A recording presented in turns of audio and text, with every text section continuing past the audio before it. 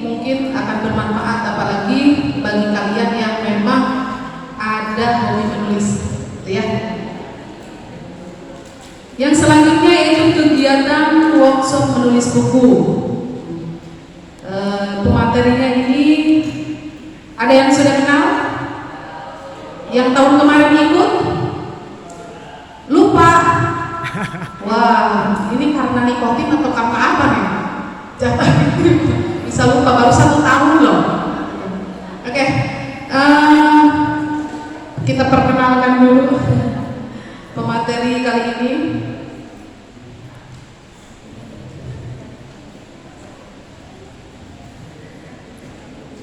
Bapak ini bernama Bapak Rahmat Helmi HS. HS-nya apa Pak? Nama orang tua kayaknya. Oh, nama orang tua. Nah, ilmu lagi untuk kita. Kesuksesan yang kita raih ternyata embel-embelnya ada nama orang tua di belakang kita. Gitu ya, mantap ya. Pak Rahmat Helmi HS ini adalah seorang penulis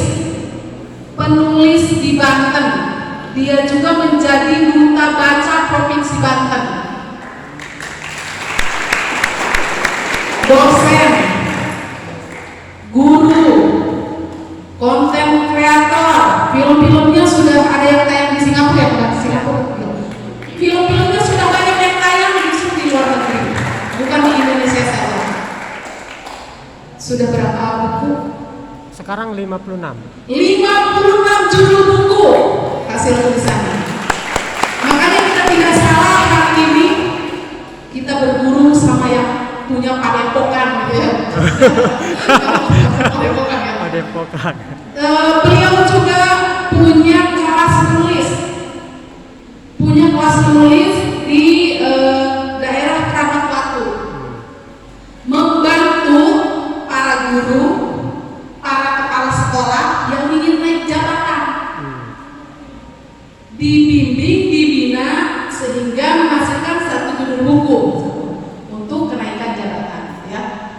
Oke lah, kita harus semangat. Kita sambut Bapak Rahmat Helmi HS.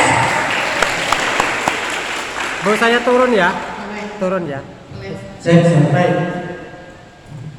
Assalamualaikum warahmatullahi wabarakatuh.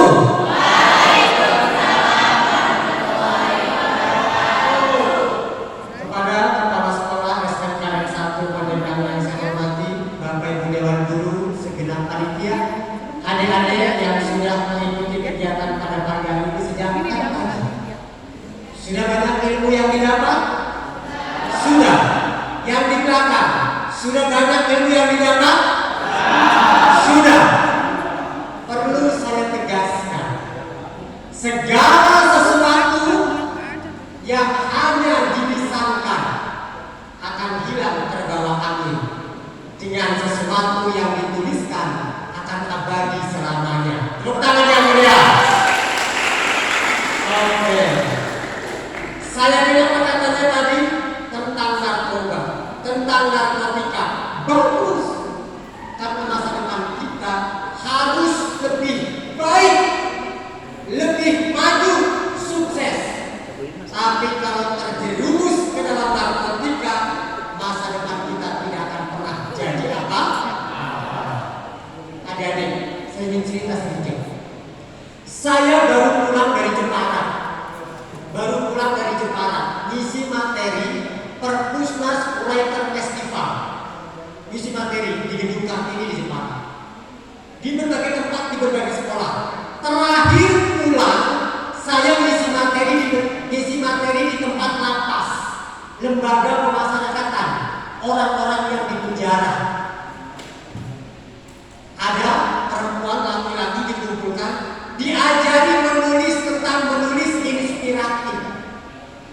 Lalu ada orang yang gede, tangannya penuh dengan tato, kaget melihat saya. Dia melihat mental saya ditabrak-tabrakan. Lalu si orang yang di penjara itu bertanya kepada saya, Akang di Banten? Oh, saya di Banten, saya di Serang. Ya Allah, Bapak, hampir dia meluk saya, tapi saya menghindar. Karena itu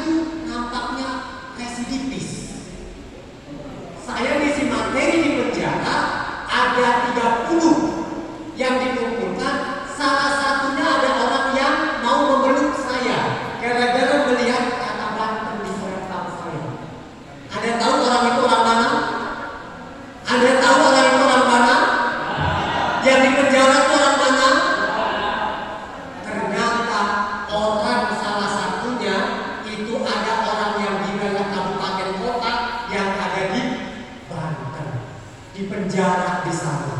Saya tanya ke dia, kebetulan dia laki-laki, apa kasus Bapak di penjara di sini? Gara-gara narkoba. Demi Allah, itu orang tetangga Pandeglang. Videonya ada di sana. Orang tetangga Pandeglang. Tatonya gede-gede di sini ya. Lalu ada, saya tanya anak yang lebih muda, Adek, apa kasusnya? Waduh, kasusnya kasus silat ya, perkosa dia kasusnya. Di penjara juga di situ. Ada perempuan-perempuan cantik ikut kelas menulis inspiratif. Saya tanya, Mbak, mohon izin Mbak, saya bukan berarti menulis kejelekan Mbak. Kalau saya boleh tahu, apa kasus Mbak? Saya membunuh suami saya. Salah. Kasusnya membunuh adik-adik. Saya minta kepada kepala sipir, ya, kepala sipir. Saya ngisi materi dengan teman-teman ini, dijagain nggak? Takutnya saya dibunuh juga di sini. Dijagain sama kepala sipir penjara. Adik-adik, kalau sudah masuk ke wilayah narkotika, pembunuhan, seksualitas, maka masa depannya tidak akan bagus. Ada yang di penjara 15 tahun, ada yang di penjara 7 tahun, ada yang di penjara 10 tahun. Anak-anak muda itu di lapas penjara kelas 2B Brebes, Jawa Tengah. Sepulang saya ngisi materi di Jepara, ngisi materi di lembaga pemasyarakatan. Anak-anak muda, kebanyakannya adalah narkotika kebanyakan. Anda jangan masuk wilayah kayak begitu ya. Baik, Ibu Bapak, adik-adik yang saya hormati, seluruh apa yang kita pelajari pagi ini, kalau tidak dituliskan akan hilang terbawa. Amin. Yang dituliskan akan abadi. Maka saya mengajak kalian semua agar pengalaman Anda pagi ini dan pengalaman-pengalaman selanjutnya lebih abadi. Mari kita sambut meningkatkan literasi dengan menulis buku. Tepuk tangan yang meriah.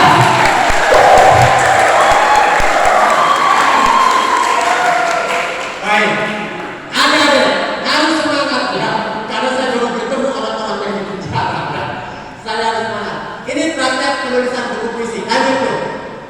Nah, adik-adik, ini adalah biodata. Ya, nama saya kalau di dunia penulisan Ahmad Talias. Di sini masih 46. Sekarang sudah 56 buku karena sudah terus berlanjut kan tulis bukunya. Terakhir buku saya dicetak di Kementerian Pendidikan dan Kebudayaan Republik Indonesia tahun 2023 dengan judul Asal Usul Golong Ciomas ya. Banten itu punya sejarah tentang Golong Ciomas. Yang saya tulis buku itu dimuat oleh Kemendikbud di tahun 2023. 2024 saya belum rilis lagi bukunya. 2022 saya tulis buku. Judulnya adalah Ibu dan Darah Kopi Para Serdadu. Ya, itu tentang geopolitik internasional, tapi saya tulis lewat puisi dan lewat cerpen. Pertarungannya lewat puisi dan cerpen. 46 buku, balik lagi atas Bu, 46 buku. Nah, kemudian saya pernah mendapat penghargaan sebagai penulis bestseller, ya, dari Kompomisin, Duta Baca Banten, masih sampai sekarang, dan juga 4 kali penghargaan secara provinsi Banten. Sekarang sudah 8 ini penghargaan ini adik-adik. Ya. Hampir tiap tahun saya dapat penghargaan. Kemudian 12 kali juara sastra. Kenapa 12 kali juara sastra ini mentok? Karena sekarang saya posisinya tidak lagi jadi peserta. Nggak boleh saya jadi peserta. Saya posisinya harus jadi juri. Kalau peserta nanti nambah lagi tuh juaranya dia. Karena kalau saya sudah lomba, semuanya pialanya digoyong oleh saya semua. Karena saya punya prinsip pantang pulang sebelum menang. Kalau ada di lomba, kalau belum menang jangan pulang-pulang, biar menang. Oke? Ya, kamu di lomba ya, pantang pulang sebelum menang. Itu prinsipnya dia. Tepuk tangan yang mulia.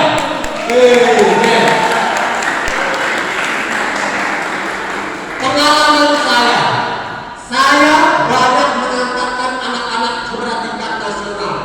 Ada juara tingkat nasional di depan Presiden Susilo Bambang Yudhoyono. Juara 2 puisi tingkat nasional. Ada juara 1 tulis cerpen. Hadiahnya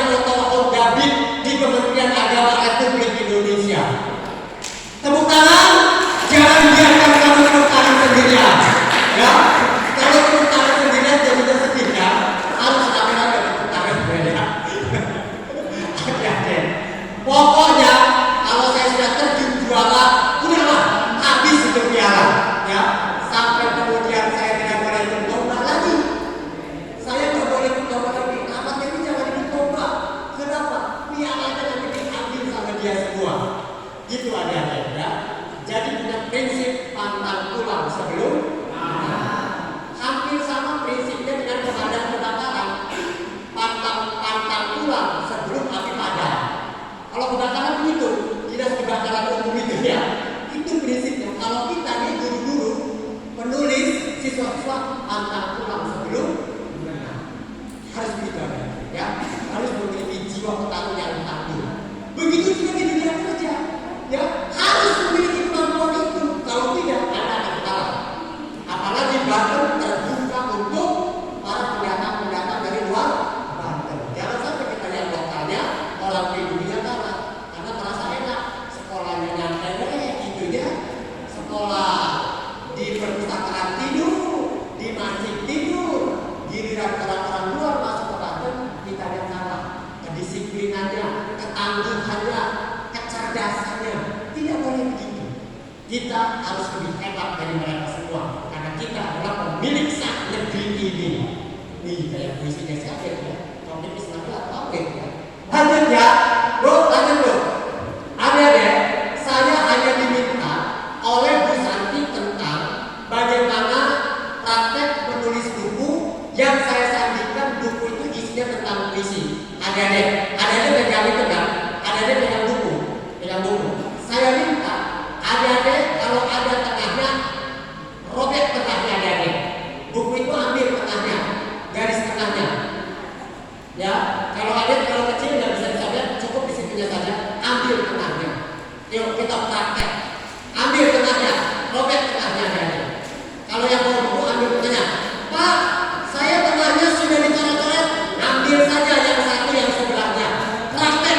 Semua bermimpi jadi penulis adik-adik. Bermimpi. Satu doang nggak apa-apa. Bermimpi jadi penulis adik-adik. Sudah? Oke. Adik-adik, karena kita ini menulis puisi, ya, ingat buku yang kita tulis ini adalah buku puisi. Tapi buku yang dimaksud dalam bentuk angan-angan, mimpi, cita-cita. Tapi harus dituliskan dari sekarang. Kalau tidak dituliskan, adik akan hilang mimpi dan cita-citanya jadi seorang penulis. Adik-adik, di dalam kertas yang ada sudah contoh itu, kira-kira kalau adik mau menulis buku puisi, kira-kira buku puisi yang seperti apa, judulnya apa kira-kira? Saya nulis buku puisi, misalkan judul puisi saya yaitu Ibu dan Darah Kopi Para Serdadu. Judul depannya itu. Lalu kemudian di dalamnya diisi dengan puisi-puisi perjuangan. Adik-adik siapkan, anggap ini sebuah buku, minjem adik sebentar. Nanti adik-adik tulis di depan sini. Misalkan Bunga yang Dibiarkan Lara, judul bukunya. Karena isinya tentang isi puisi-puisi cinta, misalkan ya. Masa depanku adalah darah perjuanganku, misalnya. Jadi adik-adik wajib di dalam kertas ini menuliskan judul buku. Pak, isinya apa? Isinya tidak mungkin semua puisi kita selesaikan di ruangan ini. Isi dalamnya diisi dengan satu puisi. Nanti cara nulis puisinya kita ajarkan. Yang terpenting adik-adik menuliskan judul bukunya dulu. Pak Rahmat sudah berapa judul buku yang ditulis? Saya nulis buku cerpen dengan judul Guncang.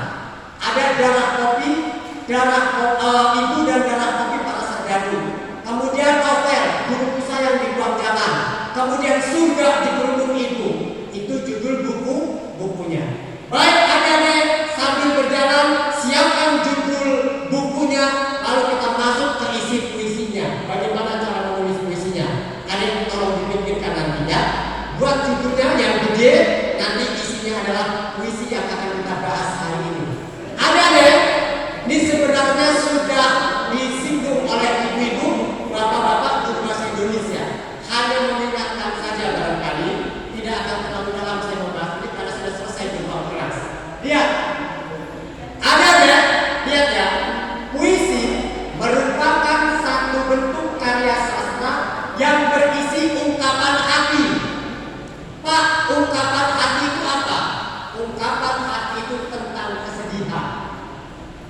tentang kebahagiaan, tentang kebundaan, rasa cinta, rasa benci, apa?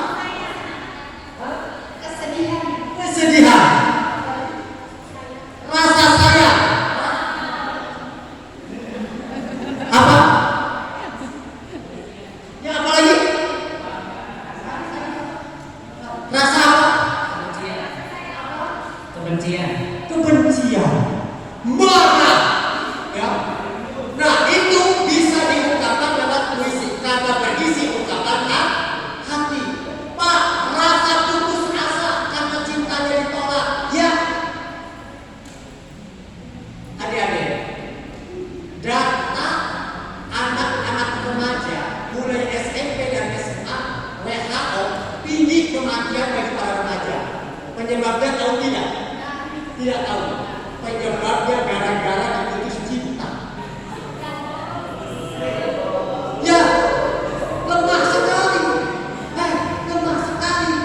Tiba-tiba diputus cinta sampai bunuh diri, sampai astaga, cinta mati, bucin. Itu parah banget. Dengan puisi kematian bisa diatasi. Misalnya, kamu pacar saya bisa.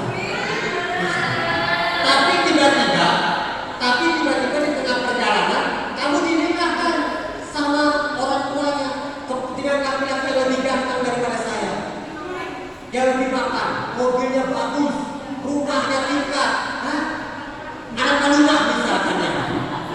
Tiba-tiba kamu mau mengatakan kita putus, saya pasti bunuh diri. Saya yang bunuh diri bukan kamu gak bunuh diri, kamu kan senang.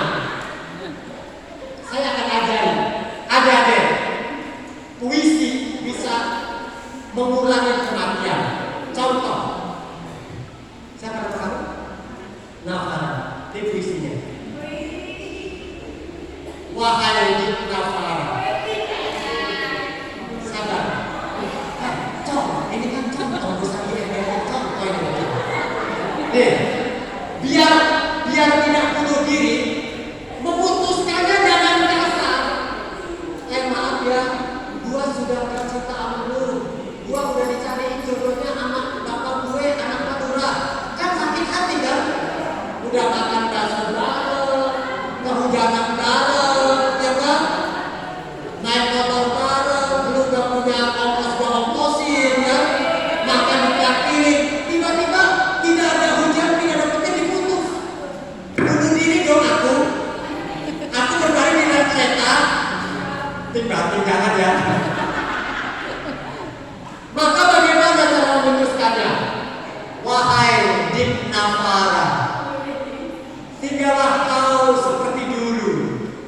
Bulan pun abai dalam waktu, lamban dalam angin, lewat terbangan malam dan kunang-kunang. Kau lupakan wajahku, dan aku akan melupakan wajahku. Tepuk tangan yang mulia.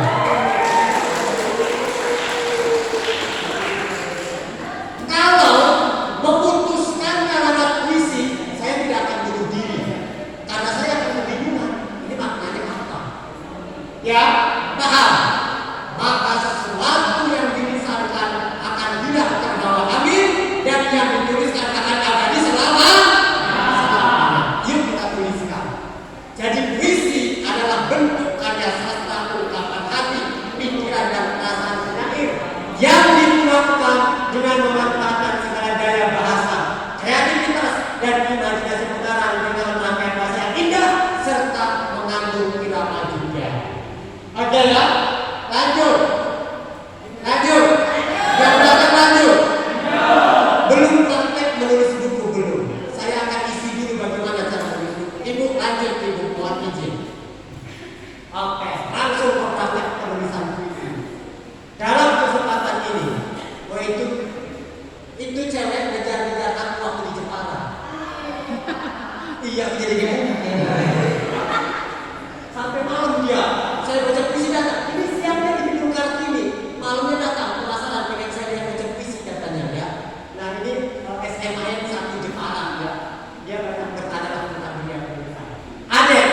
Nggak usah lihat foto itu foto kebingungan. Kita lihat saja praktek penilaian puisi ini ya. Iya. Dalam kesempatan ini kita akan berlatih menulis puisi yang menggunakan dua teknik. Copy the master. Oke? Mengcopy karya asli. Oh, lanjut. Apa itu copy the master? Ada teknik copy the master. Teknik menulis puisi dengan cara mengcopy karya asli milik orang lain. Ini kalau untuk pemula. Kalau yang tidak pemula Pak, tidak membutuhkan teknik ini ya. Bagaimana dengan mengcopy karya asli milik orang lain yang rambu-rambunya sebagai berikut. Larik puisi pertama dibiarkan ada, ya, karena puisinya milik orang lain, ya. Larik kedua dihilangkan dan itu dilakukan secara terus-menerus. Kemudian setelah larik puisi yang dihilangkan tersebut kita isi dengan larik puisi karya kita sendiri. Misalkan ada puisi orang, larik pertama milik orang itu milik orang lain, milik si penulis. Larik yang kedua dikosongkan. Larik ketiga masih milik orang lain. Larik keempat dikosongkan. Larik yang kosong itu diisi menggunakan bahasa kita. Kalau yang kosong sudah pada diisi, baru yang punya orang itu yang belum dihapuslah sama kita, lalu diisi dengan bahasa kita. Maksudnya apa? Agar tidak disebut plagiat. Oke? Paham? Ini menggunakan teknik copy the master. Lanjut Bu. Setelah larik yang kosong tadi terisi dengan kata-kata yang kita buat, kemudian larik-larik yang masih karya orang lain tadi kita hilangkan dan kita ganti dengan karya kita. Begitu dan begitu seterusnya. Itulah yang dimaksud dengan teknik penulisan copy the master. Satu teknik sudah saya sampaikan. Berarti kalau adik-adik ada tugas dari guru bahasa Indonesia menulis puisi dan adik-adik tidak memiliki ide untuk menulis, ambil puisi orang lain satu, gunakan teknik copy the master untuk membuat sebuah puisi. Masuk ke teknik yang kedua. Buka Bu. Nah, sebentar, ini contohnya. Adik-adik, ini contohnya. Puisi ini adalah puisi saya. Yang belakang lihat, biar yang belakang tidak kebingungan. Lihat, ini puisi milik penulis asli. Apa puisinya? Tuhan dalam tubuhku bernama Ibu. Pada tanganmu aku temukan mimpi masa silam. Rahim ibu dan darah sawah yang bertas jadi bibir padi. Kulitku yang terus dibakar terik matahari, menghapus tidak peta yang harus ditafsir dan dibaca.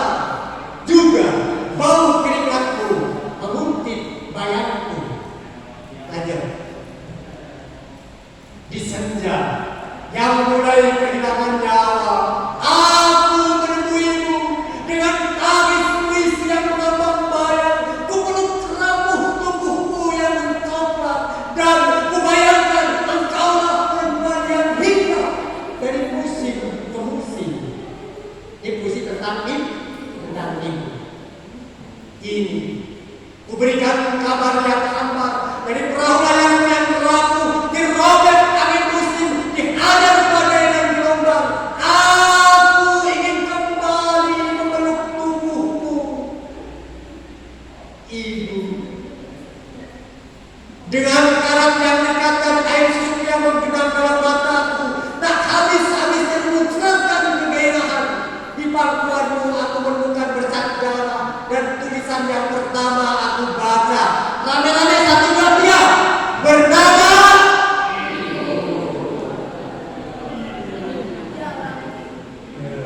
fokus, harus fokus. Saya ulangi lagi. Bernama harus kompak adik-adik. Nah ini adik-adik, dua yang saya berikan kepada Anda, pelajaran menulis puisi dan pelajaran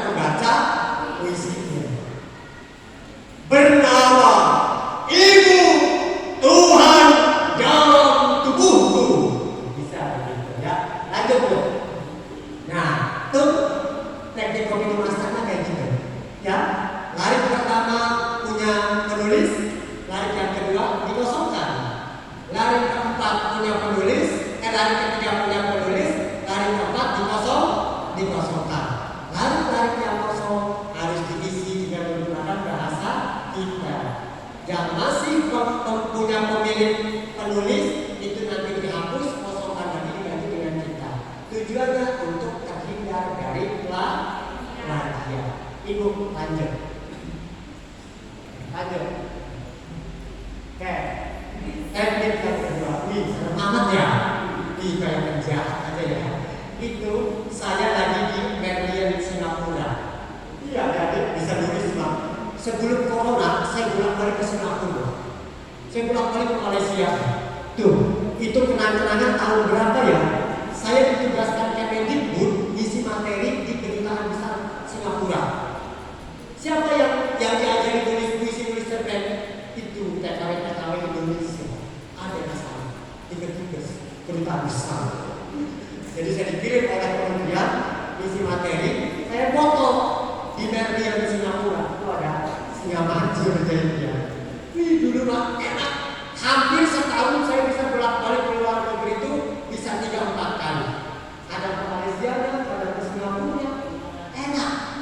Tiket pesawat pulang pergi disediakan, hotel disediakan, dibayarin, dikasih ongkos transport ya, dihitung. Pokoknya pulang-pulang dapat uang 15 juta. Mantap. Oh enak, terus kayak orang sugih aja ya, kayak orang kaya saja ya. Ya pesawatnya itu kalau tidak Garuda Airlines itu biasanya menggunakan Citylink, ya Citylink. Tapi kalau ke Singapura biasanya AirAsia.com pesawatnya. Oh enak, dikasih makan, persis kayak kita mau berangkat haji kayak gitu. Ya kan? Makanya harus bisa menulis. Kalau Anda pintar, di mana-mana. Saya kemarin di Jepara Business Writer Festival, hotelnya disiapkan. Pak, beli bensin, beli tol, jangan lupa minta kwitansi, siapkan setelahnya, karena bisa di reimburse ya Pia, ditukar. Beli bensin segala macam itu, diganti lagi uangnya. Hotelnya disiapkan, pulangnya disiapkan uangnya. Mantap adik-adik. Jadi adik-adik, saya penting sekali. Sesuatu yang dilisankan akan hilang bersama amin. Sesuatu yang dituliskan akan abadi selamanya. Belajar tulis, cocok ya, menyebut adik-adik ya. Jangan sampai adik-adik kendor semuanya. Lihat adik, Pak Rahmat, emang puisi bisa untuk keluar negeri? Jangan lupa. Saya beberapa negara termasuk ke Timur Tengah, saya ke Timur Tengah. Itu sebenarnya kalau dikaji diterbangkan kata-kata. Kenapa diterbangkan kata-kata? Ongkosnya, makannya, pesawatnya, hotelnya, itu yang membayar kementerian. Kenapa bisa demikian? Karena dia bisa menyusun kata-kata, bisa bikin cerpen, bisa bikin puisi, novel, dongeng, baca puisi. Itu yang dimaksud dengan diterbangkan kata-kata. Maka cocok, wajib ada berbeda. Ada itu bukunya jatuh, tolong diambil dulu. Itu masih kosong buku, sambil ada di sini kan ya? Belum ya? Ada ya? Yang kedua, teknik yang kedua, ini harus bisa juga, ya. Yang kedua, teknik penulisan puisi dengan menggunakan teknik sumbang kata. Seperti apa mekanismenya teknik sumbang kata? Pertama, puisi menggunakan teknik sumbang kata, masing-masing peserta atau siswa diminta untuk menyumbangkan satu kata yang langsung diucapkan atau dituliskan di papan tulis. Setelah terkumpul kata-kata itu disambungkan dan dibuat jadi puisi. Bagaimana contohnya? Contohnya begini adik-adik. Adik ini menyumbang satu kata, misalkan bunga, lalu kemudian kamu harum, misalkan kamu mengatakan harum, busuk, misalkan keluar mata, maka bunga harum busuk mata, kan gak nyambung kan puisinya. Kumpulkan, misalkan kamu menggunakan pasir, kamu menggunakan kata laut, kamu menggunakan kata Kamboja. Nah, dari kata-kata yang disumbangkan tadi dikumpulkan. Berapa orang yang menyumbangkan kata-kata itu, lalu dipilih mana yang sesuai dibuat jadi puisi, mana yang tidak sesuai. Rumusnya bisa menambah kata, bisa membuang kata. Yang tidak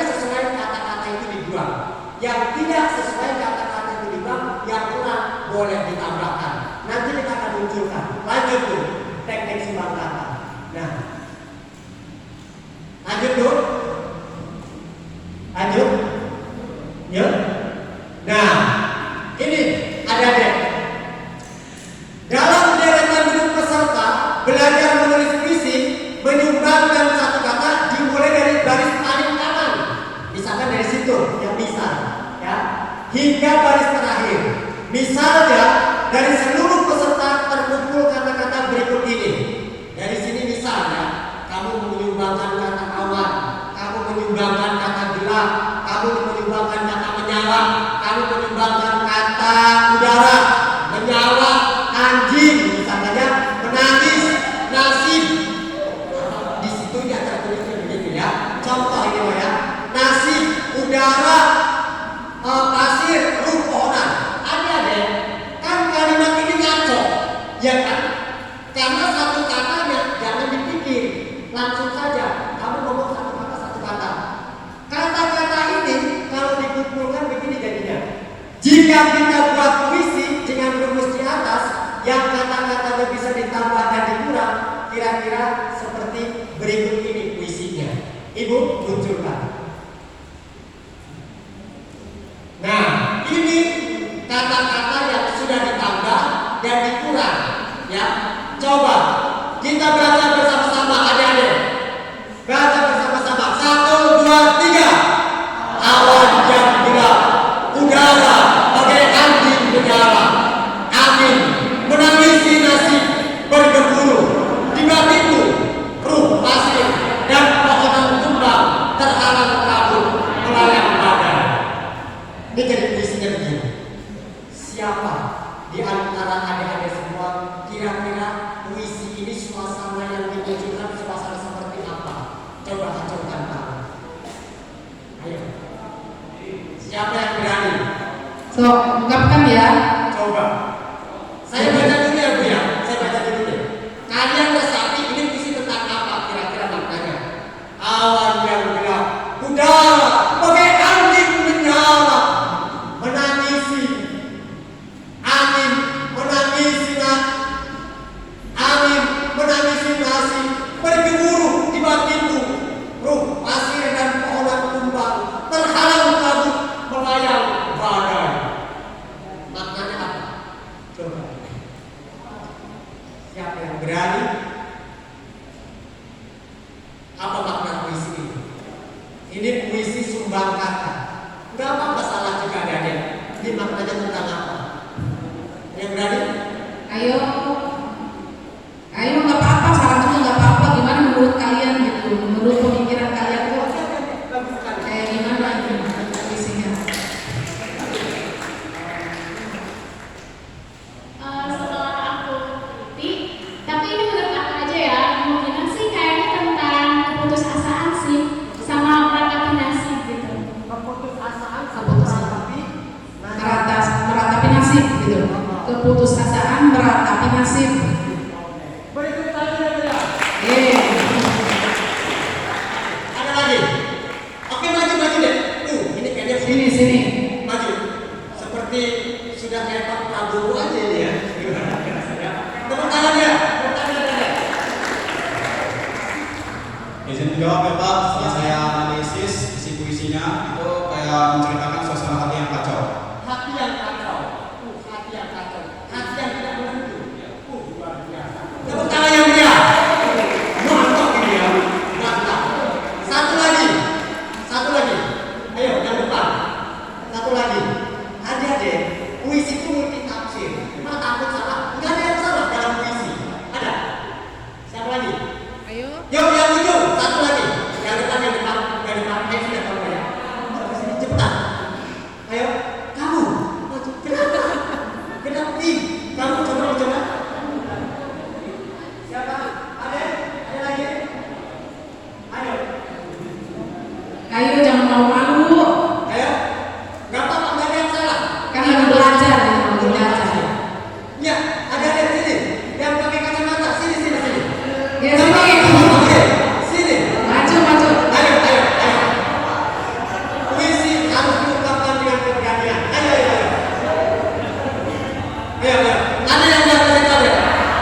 Ayo sini. Ayo latihan.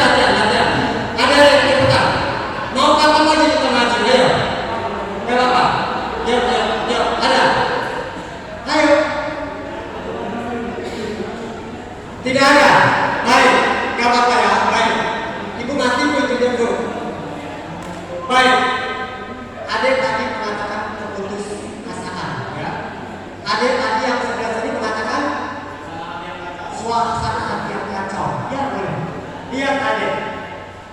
Kenapa keputusasaan muncul? Karena ada kata batin. Oke? Kenapa suasana hati yang kacau? Karena ada kata batin. Ya, Pak, puisi ini menceritakan tentang sebuah kejadian, tentang tragedi gempa, Pak, misalnya, atau tragedi banjir, Pak, atau tragedi tentang bencana alam, Pak. Bisa juga awan yang gelap, berarti suasana tidak menentu. Awan yang gelap, kalau awan gelap, bumi ini akan menjadi gelap, suasana menjadi tidak menentu. Udara bagai anjing menyala, udara bagai anjing menyala itu angin hembusannya bisa menumbangkan pohon, menerbangkan genting-genting, ya. Angin menangisi nasib, ya. Kita hidup dalam ketidakpastian, nasib kita tidak pasti, bergemuruh tiba-tiba. Oke, bagaimana ini? Bagaimana ini?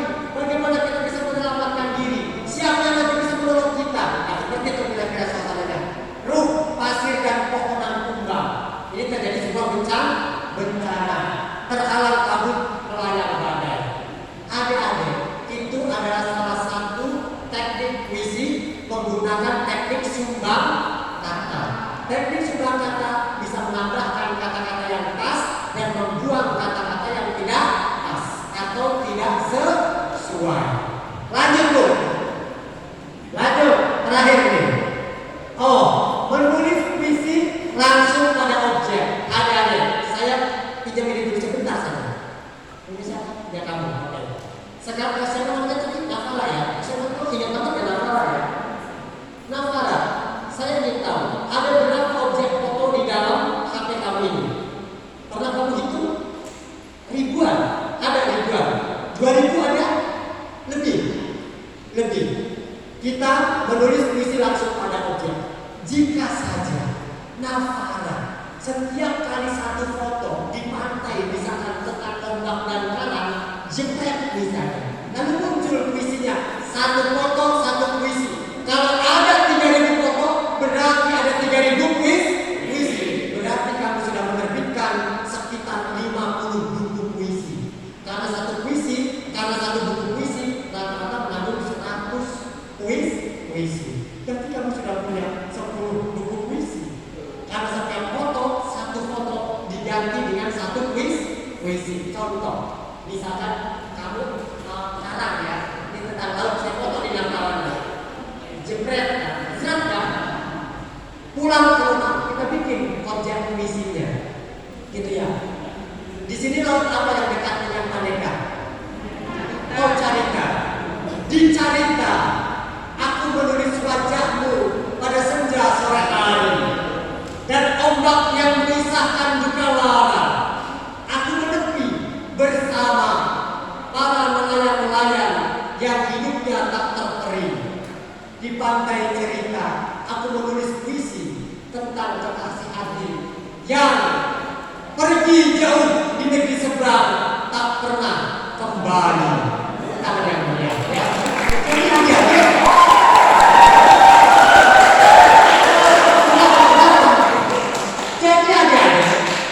Kalau satu foto, satu puisi, ada 3000 foto, maka kamu akan menjadi orang hebat.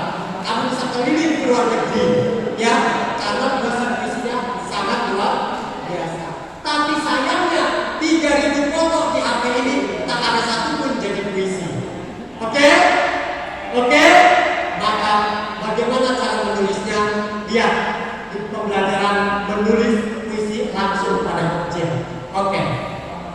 Bu, munculkan. Ya, munculkan. Lihat. Siapa yang suka memfoto pemandangan? Coba ajukan tangan yang suka foto pemandangan. Jangan ragu, ajukan tangan yang suka foto pemandangan. Banyak sekali. Perempuan yang suka foto pemandangan. Kamu suka? Jangan. Apa yang suka foto?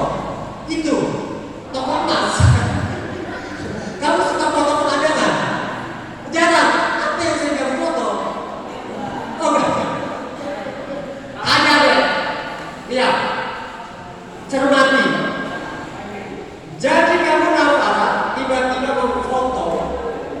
tentang sebuah taman. Gambarnya ini. Lihat, saya mau tanya ke adik-adik, jalanannya lurus atau tidak? Jalanannya lurus atau tidak? Daun-daunnya pada gugur atau tidak? Ada orang atau tidak? Sepi, ya kan? Sepi? Coba kita lihat bagaimana kita cara membuat foto ini. Apa yang Anda rasakan dari gambar ke atas? Apakah Anda pernah berkunjung pada sebuah tempat yang sepi? Pernah? Berarti Anda sedang putus cinta. Terus, pohon yang ranggas dan daun yang gugur. Mari kita menulis puisi tentang gambar di atas. Go! Munculkan dulu. Oke. Yang belakang. Saya pengen mendengar yang belakang membaca puisi kita. Ya. Ada yang bisa bacakan ini?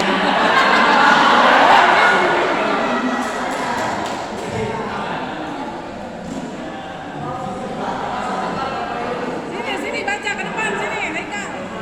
Biar kelihatan sini kan. Haikal sini ke depan. Biar kelihatan.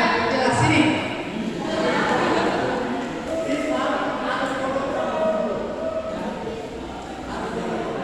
Gak apa-apa, jangan malu-malu. Ini kan lagi belajar kita.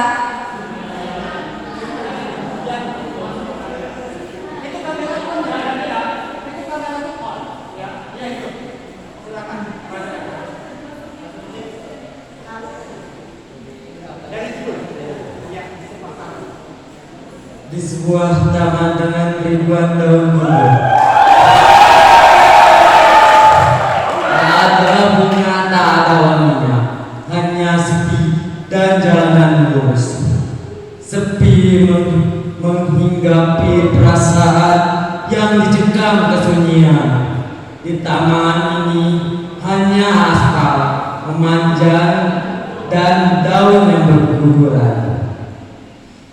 Jatuh dari tangkainya melepas kehidupan, bersujud pada gembur tanah dan beristirahat melepas nyanyian angin yang setiap harinya menegurnya.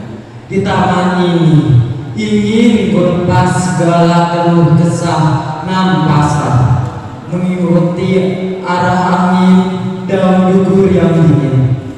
Sedingin ayat-ayatmu di bibirku. Boleh tepuk tangan yang mulia? Oke, terima kasih Ade. Aku senang sekali dia ya. Ade harus menjadi kebanggaan kalau diminta untuk tampil ke depan. Harus jadi kebanggaan. Kenapa? Tidak semua akan diminta tampil ke depan. Dan apa?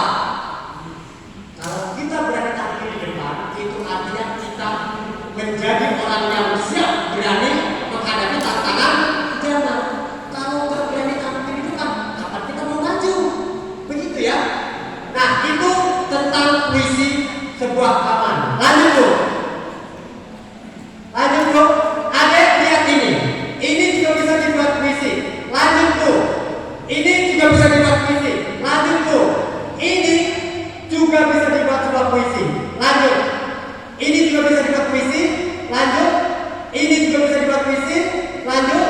Nah, ini puisinya.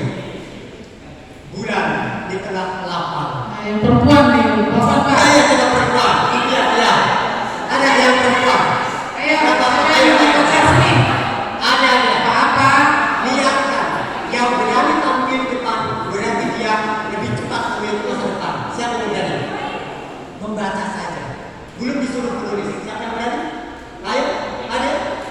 Jangan ragu. Siapa? Oh, ya udah. Perwakilan teman-teman ini. Ayo sini maju. Berdiri.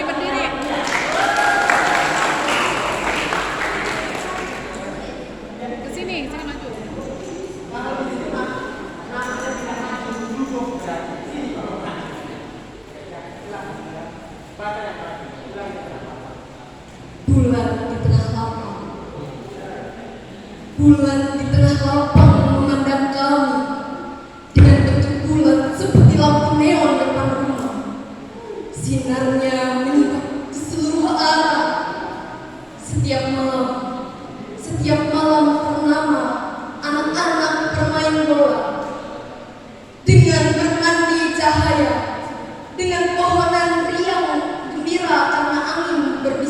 mesra.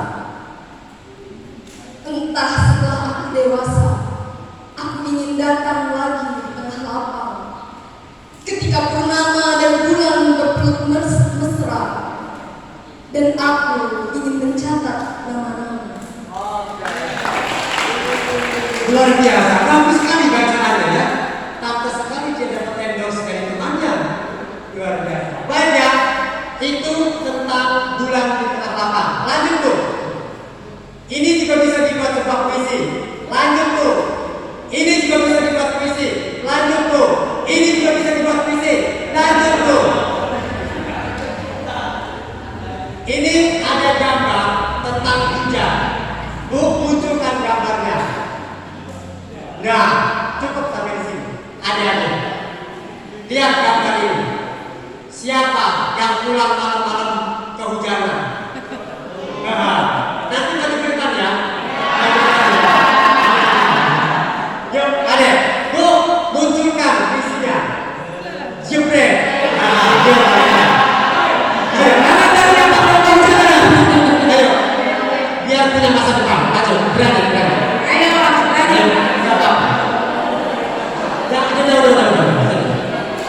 Harus memiliki kebanggaan ketika diminta maju ke depan. Adik-adik, kita ini, kenapa SNKN Satu Pendidikan itu unggul ya, Bu ya? Tertulisnya unggul di sana. Unggul dalam artian apa? Apapun yang diminta oleh guru, apapun yang diminta oleh pemateri, kita harus siap. Minimal siap untuk maju dulu. Oke? Karena di sana tertulisnya unggul. Dan kamu nanti betul-betul menjadi siswa yang unggul. Tepuk tangan dulu untuk siswa kita. Baca dengan dulu ayat.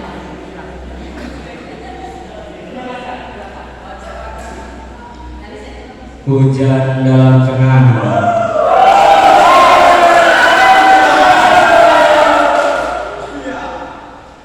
Hujan di tengah malam membuatku kedinginan, apalagi ingat tentangmu.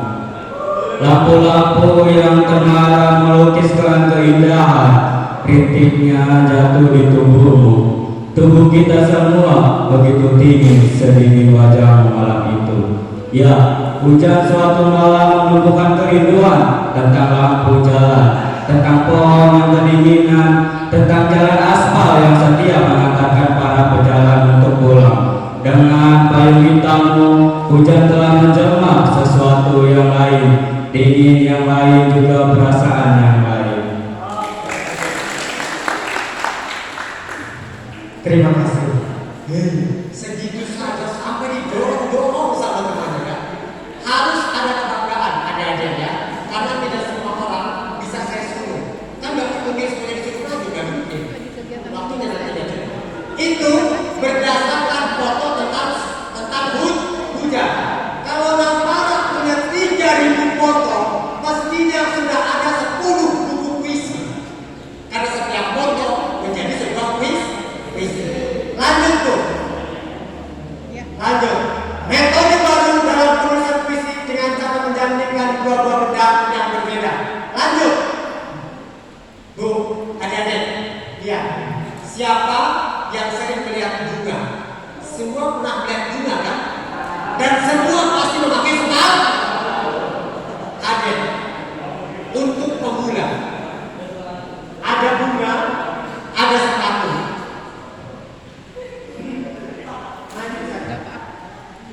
Gak apa-apa, Neng, baca aja sini.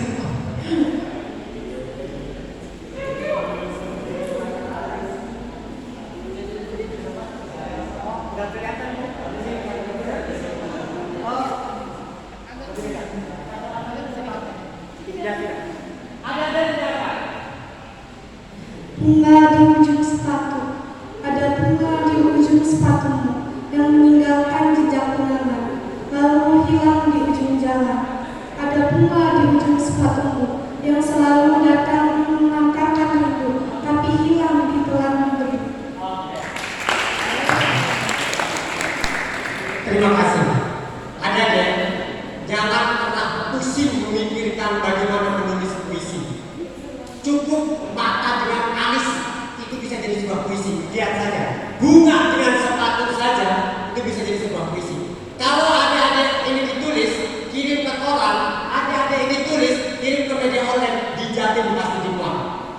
bunga di ujung sepatu. Ada bunga di ujung sepatumu yang meninggalkan jejak kenangan lalu hilang di ujung jalan. Ada bunga di ujung sepatumu yang selalu datang mengantarkan rindu, tapi hilang ditelan debu. Apa maknanya? Orang yang kita cintai bisa saja hari ini memberikan kebahagiaan pada kita, tapi lusa belum tentu memberikan kebahagiaan pada kita. Orang yang kita cintai hari ini bisa saja hadir dengan kita, tapi lusa bisa jadi dia lebih dulu diambil oleh Yang Maha Kuasa. Itu adalah bunga di ujung sepatu. Bu, lanjut. Ada hujan, ada bumi. Kamu sering melihat hujan, kamu juga sering melihat bumi, dan kami yang belakang.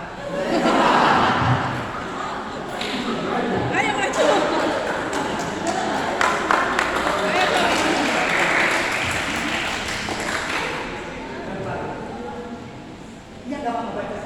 Ini hujan bagai duri, ini hujan bagai duri. Ketika ingat tentangmu, ketika basah kau peluk aku, dalam rindu yang meruncing, dan perasaan yang kadang basah dan juga kering. Ketika hujan bagai duri, izinkan aku memilih jadi bunga.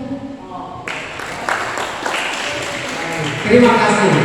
Ya, adik-adik menyanyikan dua buah benda yang berbeda, dan itu paling gampang untuk dibuat menjadi sebuah puisi. Bu, masih ada lagi? Ini sudah berhabis. Ini bisa dibuat puisi. Lanjut Bu, ini juga bisa dibuat puisi. Lanjut Bu, ini juga bisa dibuat puisi. Lanjut Bu, selamat mencoba.